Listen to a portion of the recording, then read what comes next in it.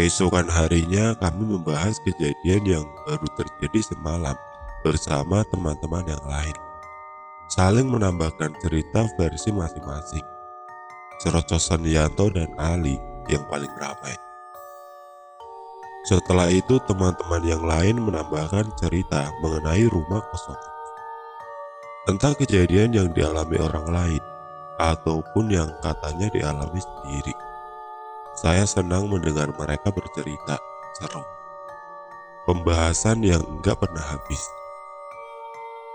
Dengan begitu, semakin tersebar luaslah rumor tentang rumah kosong itu, tentang keakrabannya. Kalau saya masih penasaran dengan bayangan perempuan yang saya lihat semalam. Siapa perempuan itu? Malam berikutnya seperti malam sebelumnya, kami berempat berangkat ke musola jam 6:30, melewati jalan yang sama. Tentu saja kami juga harus melintas di depan rumah kosong itu lagi.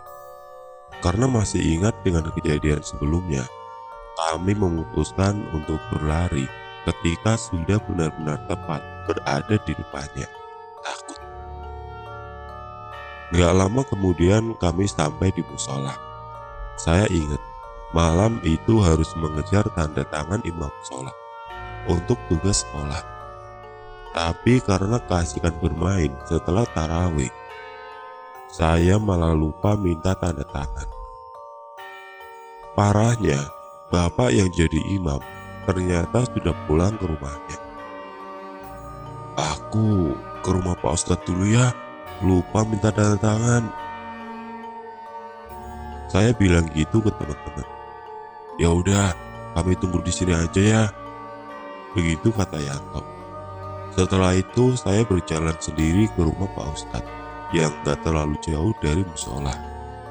Sesampainya di rumah Pak Ustadz, saya sempat menunggu cukup lama sebelum akhirnya beliau membubuhkan tanda tangan di buku tugas. Selesai, lalu saya berjalan kembali ke musola. Sial, sesampainya di musola, ternyata sudah sepi. Teman-teman sudah pulang duluan semua. Padahal tadi saya udah minta untuk tunggu. Ya sudah, dengan berat hati akhirnya pulang sendiri. Masih bersungut-sungut karena ditinggal sendirian. Saya melangkahkan kaki, berjalan menyusuri jalan yang sudah sangat sepi. Jalan ini sudah sangat saya kenal. Setiap sudutnya saya sangat hafal. Makanya, saya sudah tahu ketika beberapa belas meter lagi akan melewati rumah kosong yang sedang jadi pembicaraan hangat itu. Jujur, saya juga merasakan takut, terbawa dengan cerita yang beredar tentang keangkerannya. Apalagi, malam sebelumnya saya merasakan sendiri. Melihat bayangan hitam perempuan, mendengarkan suara tangisan bayi. Saya mempercepat langkah, sampai nyaris berlari ketika sudah benar-benar melintas di depan rumah itu. Pandangan lurus ke depan, gak berani menolehkan wajah ke arah kanan.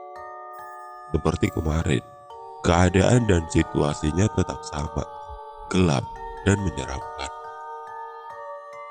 Langkah saya berhenti, karena sayup-sayup saya mendengar sesuatu. Tangisan bayi terdengar lagi.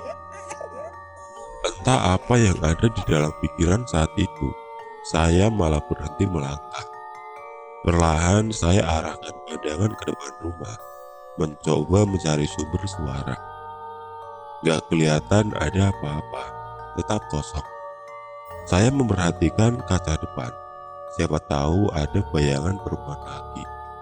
Tapi gak ada, gak kelihatan apa-apa juga. Saya penasaran, karena tangisan bayi semakin jelas terdengar, semakin kuat. Nekat, saya mendekat ke pintu pagar dan membukanya.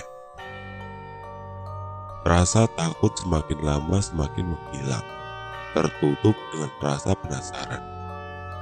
Sesampainya di pintu depan, saya langsung mencoba membukanya.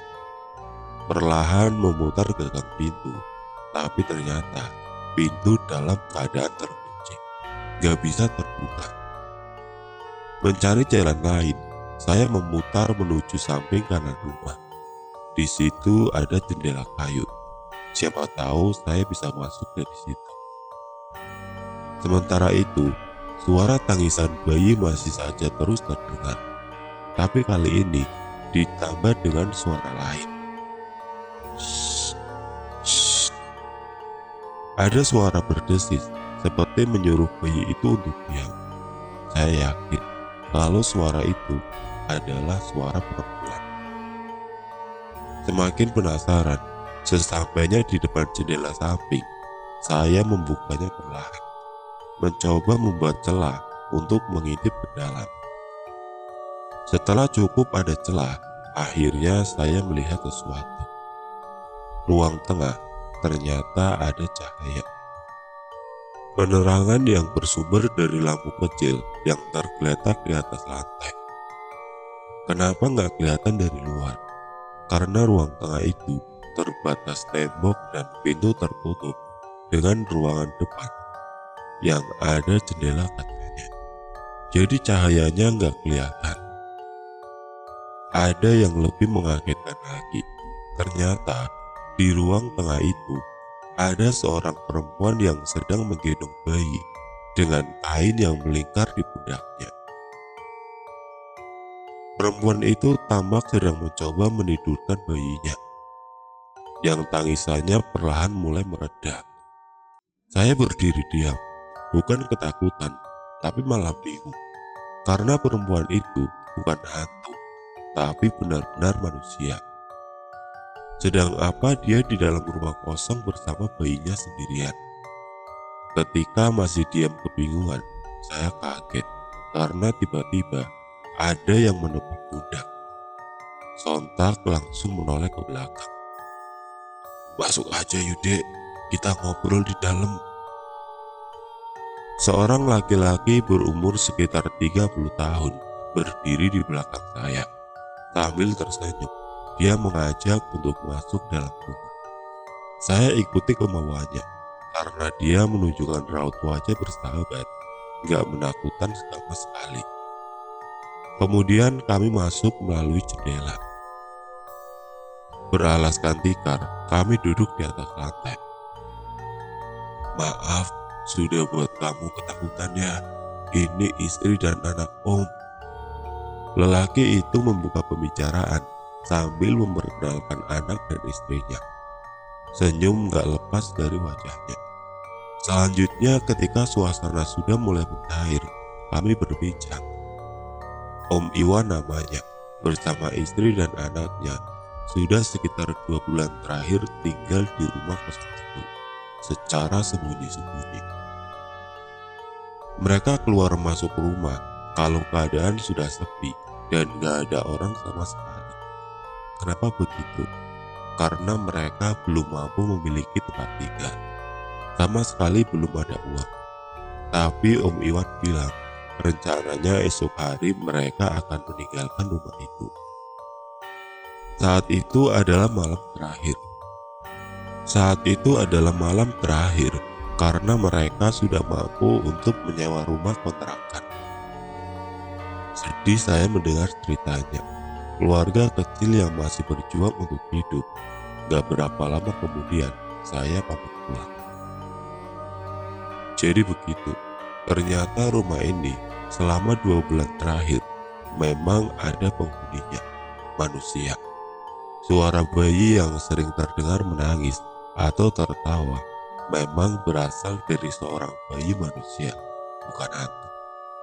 Bayangan hitam perempuan yang saya lihat adalah perempuan biasa, bukan hantu. Saya senang karena sudah tahu kebenarannya, lega.